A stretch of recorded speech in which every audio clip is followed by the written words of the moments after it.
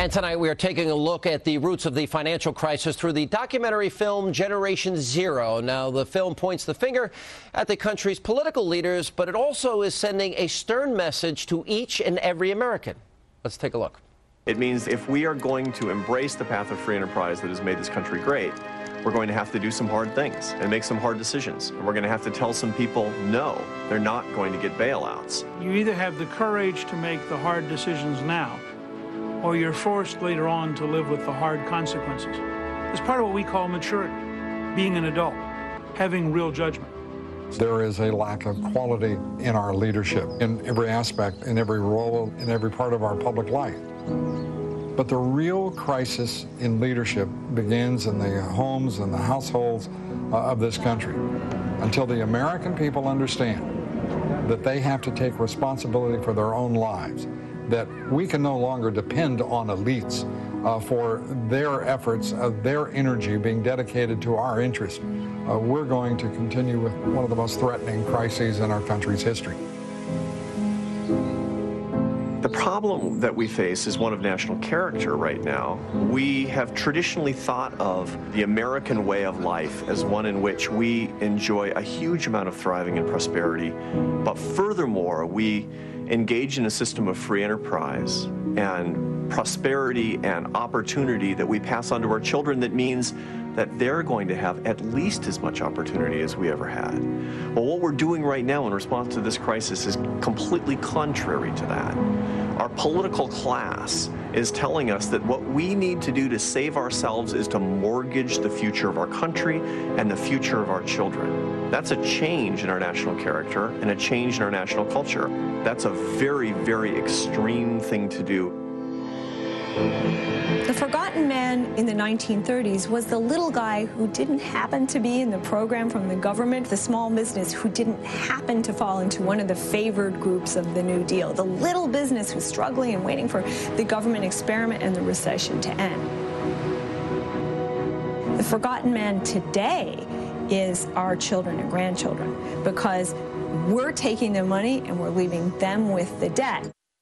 And we continue now with Dave Bossie and Steve Bannon. I kind of like what everybody in this said here. If you go to Arthur Brooks and he goes on about free enterprise, et cetera, they're going to have to make hard decisions and tell people, no, you're not getting any more of our money. Well, pretty simple.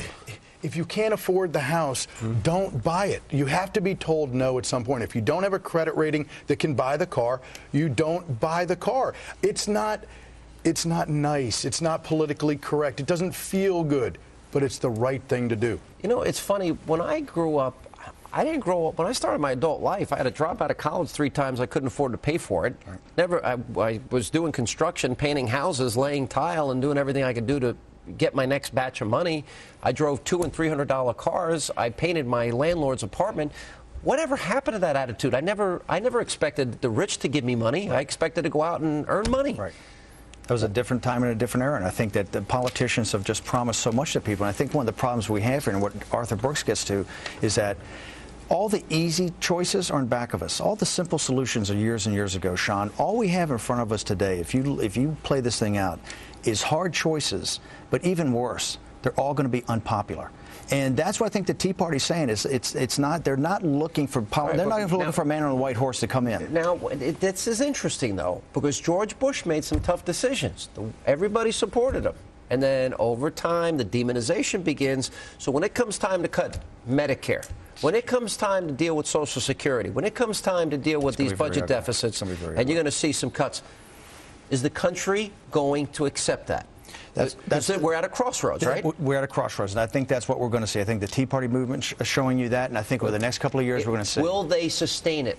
I'm not talking about the Tea Party movement. Will the country sustain it? I don't know that we're going to have a choice, though. I think people are going to have. Look, this is tough medicine. This is tough medicine we're going to have to take. Nobody wants that. Well, and nobody ever wants that, but that's how we got to this problem, was this irresponsible behavior by the politicians and by Wall Street. But this is the whole point, to just sort of tie this all together, because you're dealing with a different mentality of my parents and my grandparents, which had nothing. Well, they had the responsibility. They knew if they couldn't, they didn't earn the money, they couldn't go out and buy the car, the house. So where do we go wrong? Where do we get to this point where, whether you can afford a house or not, the government government's going to give you a loan. It's narcissism. I think that's the narcissism that came up from the Cultural Revolution of the 60s. What we had is started to have this narcissistic behavior where the self became everything. And once you become so self-centered, it all becomes the me generation. Is it? But there's a political component to this. There are people that have always wanted and have always advanced the idea of socialism in America. Yes. To each according to his need, if you want to use the Marx line, from each according to their ability, right? Yes. Or worse form, even this capitalism where you keep getting bailed out. So you get a form of capitalism where the wealthy keep the upside, or the elites keep the upside, and the American taxpayer pays it. We nationalize the risk, and we privatize the profits. That's why you have such anger from the working man in this country, because it's not fair. Remember, our currency is not backed up by by gold, by silver, by gold. No. But it's backed up by trust. And what we're seeing now, I think for the first time in American history, is really the American people are starting to lose faith and confidence in their government. Two things have come up recently. America's AAA bond rating, this talk is in danger. Yes. Tim Geithner actually even suggested that he'd be open to the idea that America, the dollar, will not be the world standard. Look, that's inconceivable to me. And this is an exceptional nation. We have some problems. We have some tough medicine ahead of us, but we're going to get ahead of it. We're going to get back on track. I have great faith in this country. I have great faith in our people, in the working men and women of this country. Coming up, America's most difficult decisions may not be behind her. The Revolutionary War period up through creating our Constitution, the Civil War period, and the Great Depression and World War II. In those three periods of choosing, people had to decide what kind of country we were going to be, where we were going to go as a nation. I think we are entering a similar period. The choices over the next few years are among the most profound we will have seen in all of American history.